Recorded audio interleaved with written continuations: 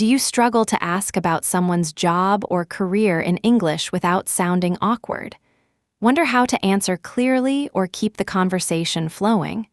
This episode will teach you practical phrases and nuances for talking about work, whether you're meeting someone new or catching up. Discover polite ways to ask, "What kind of work do you do?" and expressions like making the switch to describe career changes. In the following practice samples, pay close attention to the various ways people ask and answer questions about what they do for work in everyday American English. We'll show you how to start conversations naturally and respond clearly. Let's jump into the practice samples. Simulation 1. So Mark, what do you do? I'm a graphic designer. I mostly work on websites and branding. How about you, Carol? Oh, I'm a teacher. I teach English to high school students. Simulation 2. Carol, it's nice to meet you. What kind of work do you do? Nice to meet you too, Mark. I actually run my own small business. We help other companies set up their online presence. That sounds really interesting. So you help businesses get online. What does that involve day to day? Simulation 3. Hey Mark, I haven't seen you around much lately. What keeps you busy these days? Hi, Carol. Yeah, I've been pretty focused on a new project. I'm actually putting together a portfolio to get into real estate. Oh, that's exciting. Real estate sounds like a challenging field to get into. It definitely is. I'm hoping to make the switch by next year.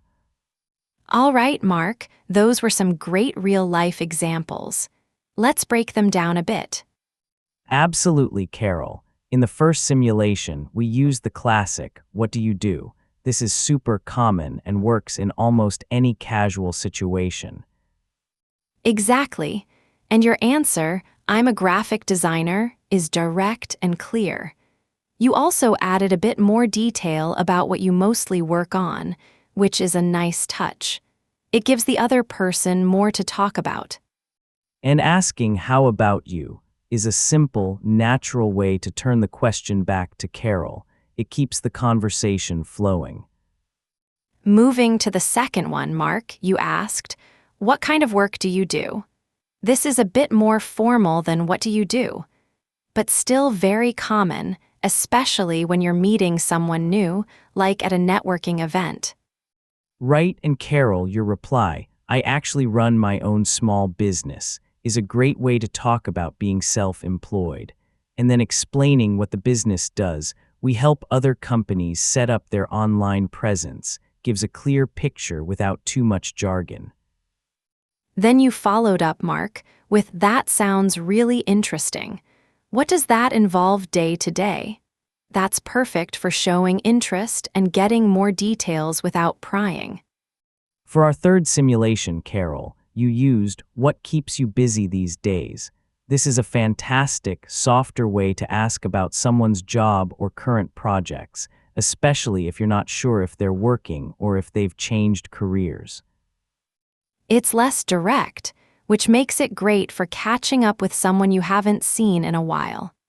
And Mark, your answer, "I'm actually putting together a portfolio to get into real estate," shows you're actively working towards something new, which is a common situation for many people. Exactly, and mentioning "making the switch" is a natural expression when you're planning to change jobs or careers. These samples show you have lots of options for talking about work. Excellent point. We've heard several ways to introduce the topic of work. The very direct question, "What do you do?" is a perfect opener for almost any casual conversation. That's right, and when you reply, try to be concise but also add a little more detail. Saying, "I'm an engineer. I design software for medical devices," gives more insight than just your title. And remember to redirect the conversation back by simply saying, "And you?" or "What about yourself?" It feels natural and keeps the dialogue balanced. For a slightly more elaborate way to ask, "What kind of work do you do?" is useful when you're perhaps at a gathering and want to show a bit more thought. If you're self-employed, explaining, "I run my own photography studio," or "I own a consulting firm," is super clear and informative without using jargon. And if you're curious for more information, asking, "What does that involve on a daily basis?" is a polite way to explore their work without being intrusive. Finally, phrases like, "What keeps you busy these days?" are wonderfully soft and allow for various answers, not just about employment. It's great for reconnecting. And if you're exploring a new career, explaining, "I'm currently building up my skills to get into culinary arts," or "I'm preparing to change industries," tells people what you're working towards. Let's look at some daily applications beyond work. Imagine you're at a book club and you ask a new member, "So, what do you usually read?" Or after telling someone about your travel plans, you could ask, "I'm visiting Rome next month. How about you? Any trips coming up?" This keeps the conversation moving easily. Catching up with a friend over coffee, you might say, "I know you've been busy with your kids' sports. What else keeps you busy these days?" And if you're involved in a new project, like volunteering, you can tell someone, "I'm working on organizing the community cleanup event next month." Or perhaps a friend is thinking of changing apartments, and you say, "Are you still planning to make the switch to a smaller place?" Exactly, you can see how these expressions adapt. Now let's consider the nuance. Asking, "What do you do?" is direct and to the point, suitable for most general introductions. It implies a straightforward question and a straightforward answer.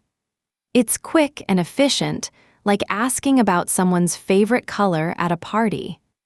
However, "What kind of work do you do?" adds a bit more thought. It's a slightly more careful approach, showing a little extra curiosity, perhaps when you're meeting a new colleague. Yes, it conveys a sense of respectful interest, inviting a more detailed response if the person wishes to give one, like inquiring about someone's preferred types of literature. And "What keeps you busy these days?" is the gentlest option. It's less of a direct question about their employment and more about their general activities. This phrasing is wonderful when you're unsure of someone's current situation or haven't seen them in a while, or you want to invite them to share anything interesting they're up to. It feels less probing, like asking a friend, "How have things been?" instead of, "Did you get that promotion?" All right, let's try some quick application scenarios.